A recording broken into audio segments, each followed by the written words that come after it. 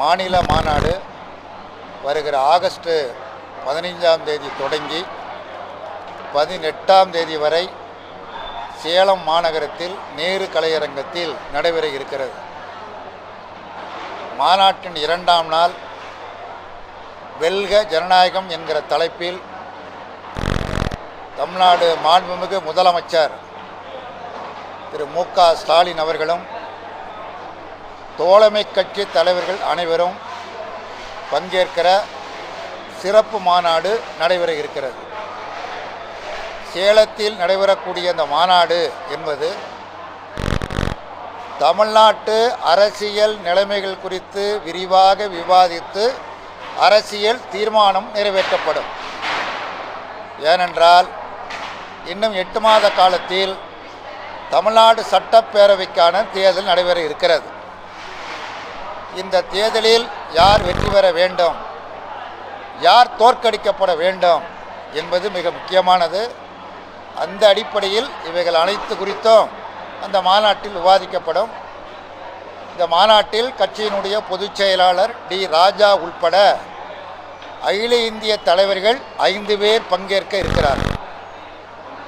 மாநாட்டு நிறைவு நாளான ஆகஸ்ட் 18ஆம் தேதி சேலம் மாநகரத்தில் லட்சக்கணக்கான மக்கள் பங்கு பெறுகிற பிரம்மாண்டமான பேரணி நடைபெற இருக்கிறது.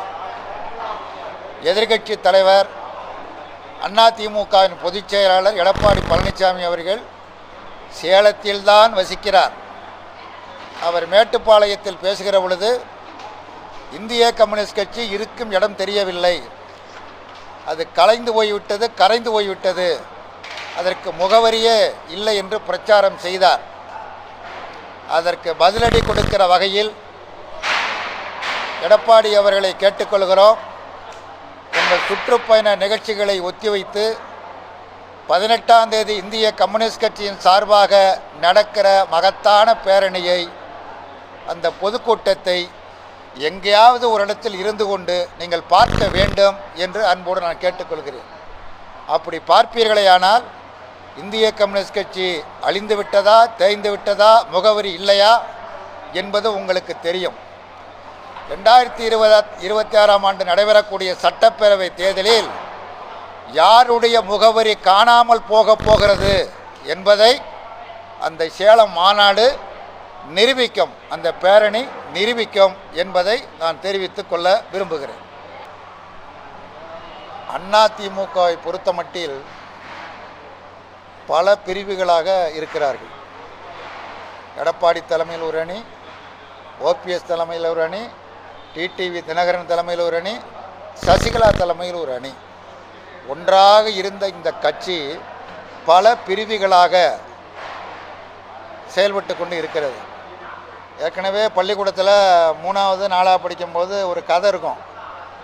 4 எருதுகள் ஒன்றாக வாழ்ந்தது, அந்த எருதுகளை அடித்து கொன்று சாப்பிட ஒரு சிங்கம் வந்தது, அந்த 4 எருதுகளும் சேர்ந்து சிங்கத்தை முட்டி விரட்டி அடித்தது. பிறகு இந்த 4 எருதுகளுக்குள்ளாக சண்டை வந்து தனித்தனியாக பிரிந்து விட்டது. சிங்கம் ஒவ்வொரு எருதாக அடித்து கொன்று தின்றது என்று 3வதுலேயே 4வதுலேயே ஆசிரியர் எனக்கு சொல்லிக் கொடுத்துருக்கிறார். அதிமுக இப்படி பல பிரிவுகளாக இருப்பதற்கு யார் காரணம் என்பது உலகம் அறியும். பாரதிய ஜனதா கட்சியினுடைய சித்து விளையாட்டின் காரணமாக இந்த பிரிவுகள் ஏற்பட்டு இருக்கிறது. இந்த பிளவுக்கு காரணமே பாரதிய ஜனதா கட்சி தான். பாரதிய ஜனதா கட்சியை நம்பிதான் ஒவ்வொருவரும் அடியெடுத்து வைத்தார்கள். ஓபிஎஸ் பாரதிய ஜனதா கட்சி முற்றிலுமாக நம்பினார். ஆனால் இன்றைக்கி அம்போன்னு அவரை விட்டாங்க. தினகரன் இருக்கிறேன்னு சொல்கிறாரு, பாஜக இது வரைக்கும் சொல்லலை. சசிகலா எப்போ கூப்பிடான்னு எதிர்பார்த்து காத்திருக்காங்க, அழைப்பு போகலை. எடப்பாடி பழனிசாமி நான் தான் ஆட்சி அமைப்பேங்கிறாரு, அமித்ஷா இல்லை. 2026 தேர்தலில் நாங்கள் வெற்றி பெற்று என்டிஏ கூட்டணி தான் ஆட்சி அமைக்கும், பாஜக அமைச்சரவையில் பங்கு பெறும் என்று ஒரு முறை அல்ல. எப்படி அமெரிக்க அதிபர் ட்ரிம் இந்தியா பாகிஸ்தானுடைய போரை நான் தான் நிறுத்தினேன் என அநேகமாக 30 முறை சொல்லிவிட்டார். அதே போல் அமித்ஷாவும் சொல்கிறார், என்டி ஆட்சி தான், பாஜக உள்ளிட்ட ஆட்சின்னு திரும்ப திரும்ப சொல்கிறார். யார் உங்களுடைய முதல்வர் வேட்பாளர்? அது அதிமுக கூடி முடிவு செய்து கொள்ளும். அதில் 1000 பொருள் அடங்கியிருக்கிறது. ஆகவே ஒவ்வொரு கட்சிகளையும் பிளவுபடுத்தி தங்களுடைய குறுகிய அரசியல் ஆதாயத்தை தேடுகிற கட்சி தான் பாஜக. மகாராஷ்டிரத்தில் ஏற்கனவே செய்து முடித்து விட்டார்கள். அடுத்ததாக தமிழ்நாட்டில் அதிமுகவை பிளவுபடுத்தி தாங்கள் கால் ஊன்றுவதற்கான அடிப்படையான வேலைகளை செய்து கொண்டிருக்கிறார்கள். இந்த சூழ்ச்சிக்கு அதிமுக இரையாகிவிட்டது. எடப்பாடி இரையாகிவிட்டார், ஓபிஎஸ் இரையாகிவிட்டார், மற்றவர்களும் இரையாகிவிட்டார்கள். இதுதான் இன்றைக்கி ஓபிஎஸ் வெளியில் வர்றது மாதிரி ஏதோ சொல்லியிருக்காரு. பின்னாடி என்ன பண்ணுவார் என்னன்னு தெரியாது.